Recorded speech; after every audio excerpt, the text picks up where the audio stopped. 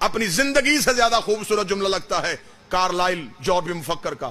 وہ کہتا کاش دنیا علی کو میدان جنگ میں مصروف نہ رکھتی. اسے کہا مسلمانوں کتنے بدقسمت ہو, تمہارے پاس علی جیسی شخصیت تھی اور تم نے کبھی خیبر, کبھی خندق, کبھی سفین, کبھی نہروان میں تلواریں دے کے کھڑا کر دیا. کاش اسے تم منبر دیتے, وہ صرف بولتا اور تم مسلمان لکھتے. اگر تم اس علی کو بولنے دیتے وہ تمہاری علم کی اتنی دنیایں تخلیق کر دیتا, تمہیں قیامت اگر ریسرچ کی ضرورت ہی نہ پڑتی. اس لیے کوفے میں میرے مولا علی نے 3 بار سینے پہ ہار مار کا ہائے حسرت, ہائے حسرت, ہائے حسرت.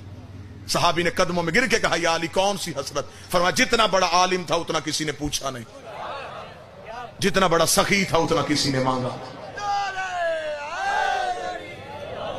زمانہ مجھ سے پوچھتا, میں انہیں علم کی گرہیں کھول کھول کے بتاتا. ایک ریسرچ سکالر نے ایک کتاب لکھی تھی 20 سال ریسرچ کے بعد. خان صاحب جملہ سننے والا سر, اس نے 20 سال ریسرچ کی اور کتاب لکھی دی آنٹ, چیونٹی پہ.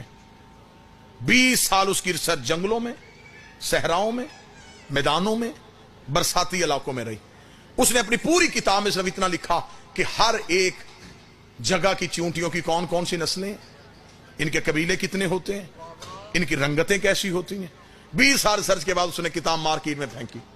لوگوں نے کتاب سر پہ اٹھا لی, یار اتنا بڑا ریسرچ سکالر 20 سال صرف چیونٹی پہ ریسرچ کرتا تھا. جب اس کی کتاب کی تقریب میں رونمائی تھی تو اس کے بعد نجف کے ایک طالب علم نے اسے مولا علی کا خطبہ بھیج دیا جو علی نے صدیوں پہلے چیونٹی پہ دیا تھا.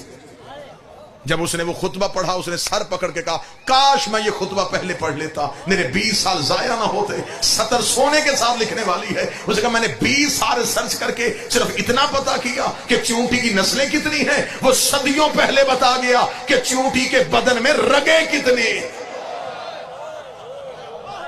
اس نے صدیوں پہلے بتا. مولا امیر المومنین جب یہ خطبہ دیا تو مولا ریت پہ بیٹھے ہوئے تھے. یہ سامنے بیٹھے ہوئے صحابہ میں سے ایک شخص نے کہا تھا یا مولا ہر چیز کی خلقت میں کوئی راز ہے. یہ کہنے کے بعد سامنے سے ایک چیونٹی گزری. اسے دیکھے گا یا علی اس کی خلقت میں کیا راز ہے. علی مسکرائے اور علی مسکرا کے فرمایا لطف لیں گے آپ بات. مولا نے فرمایا چیونٹی کو مولا نے یوں دیکھا اور دیکھ کے مولا نے فرمایا چیونٹی کی پورے سال کی خوراک گندم کا ایک دانہ ہے. علی فرماتے ہیں کہ اللہ نے اسے اتنا شعور دیا ہے جب یہ دانے کو سٹور کرتی ہے تو یہ 4 حصوں میں کرتی ہے. اسے بھی اتنی عقل ہے میں 2 میں کروں گی تو پھر پودا اگائے گا. اگر یہ 2 حصوں میں تقسیم کرے تو پھر وہاں سے گندم کا پودا ہوگے. یہ اسے 4 حصوں میں تقسیم کرتی. مولا علی نے فرمایا کہ چیونٹیوں کی ہر ایک قبیلے میں ایک ایسی چیونٹی ہوتی ہے جسے اللہ اس قبیلے اس خاندان میں پیدا کرتا ہے اور وہ اس قبیلے کی امام ہوتی ہے. گفتگو ہے امام پہ تو آخری سطر سنیں. مولا فرماتے ہیں کہ چیونٹیوں کے قبیلے میں ایک چیونٹی اللہ ایسی خلق کرتا ہے, اس کی نشانی یہ ہوتی ہے رنگت اس کی ان جیسی ہوتی ہے, قد ان جیسا ہوتا ہے. علی فرماتے ہیں اس کے منہ کے اندر ایک خاص لعاب ہوتا ہے جو باقی چیونٹیوں میں نہیں ہوتا. وہ اس قبیلے کی امام ہوتی ہے. چیونٹیاں بھی اپنا امام خود نہیں بناتی,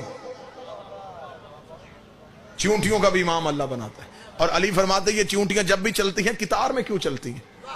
مولا نے فرمایا اس لیے کہ جب کسی جگہ پہ رہنے کی حدت یا شدت اتنی ہو جاتی ہے کہ وہ جگہ ان کے رہنے کے قابل نہیں رہتی تو پورا سال جتنی دیر وہ رہتی ہے اتنی دیر وہ امام دانے کے لیے بھی باہر نہیں نکلتا, وہ امام گھر میں رہتا ہے.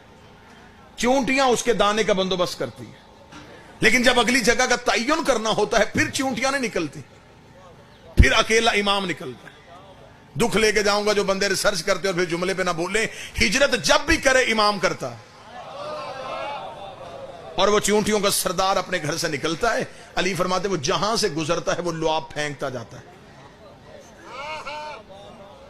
جہاں اگلی جگہ وہ رہنے کے قابل ہوتی وہ وہاں جا کے بیٹھ جاتا ہے. چیونٹیاں اس لعاب کو سونگتی ہوئی قطار میں چلتی. علی فرماتے اللہ نے چیونٹی کو بھی اتنی عقل دی ہے, اسے بھی خبر ہے میں امام کے دیے رستے سے ہٹی تو بھٹک جاؤں گی.